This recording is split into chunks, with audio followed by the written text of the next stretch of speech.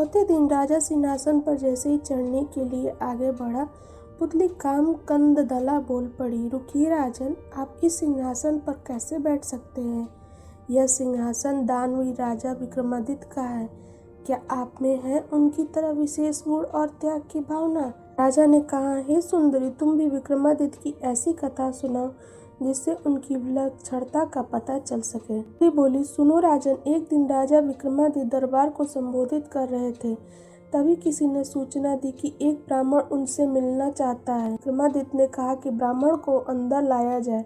विक्रमादित्य ने उसके आने का प्रयोजन पूछा। ब्राह्मण ने कहा कि वह किसी दान की इच्छा से नहीं आया, बल्कि उन्हें कुछ बताने आया है।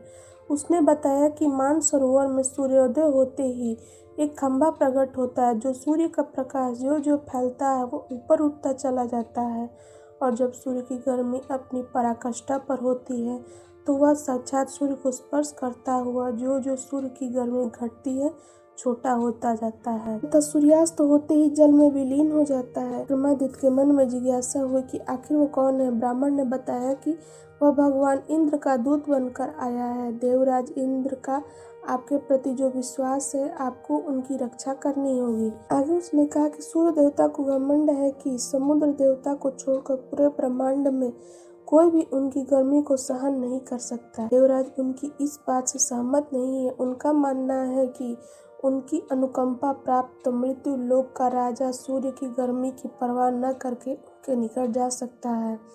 वह राजा आप है। राजा विक्रमादित्य को अब सारी बात समझ में आ गई।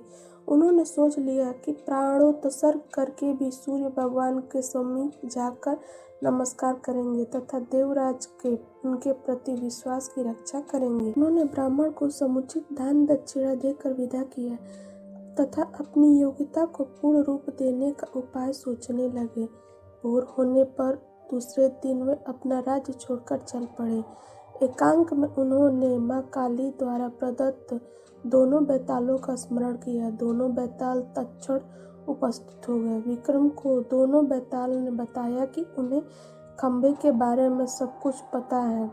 दोनों बैताल उन्हें मानसरोवर के तट पर लेकर आए। रात उन्होंने हरियाली से भरी जगह पर काटी और भोर होते ही उस जगह पर नजर टिका दी जहाँ खंभा प्रकट होता था।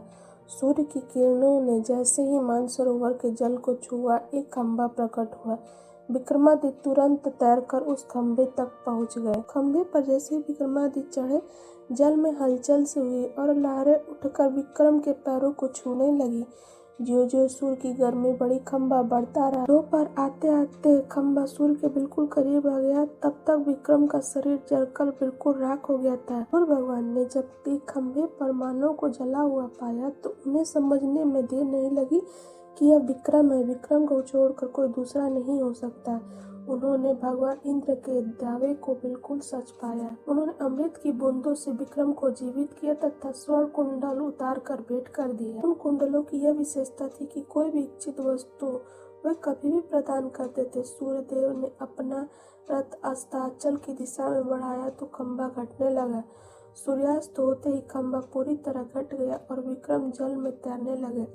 तैरकर मानसरोवर के किनारे आया और दोनों बैतालों का स्मरण किया। बैतालों ने फिर उसी जगह पर लाए जहां से उन्होंने सरोवर से ले गए थे।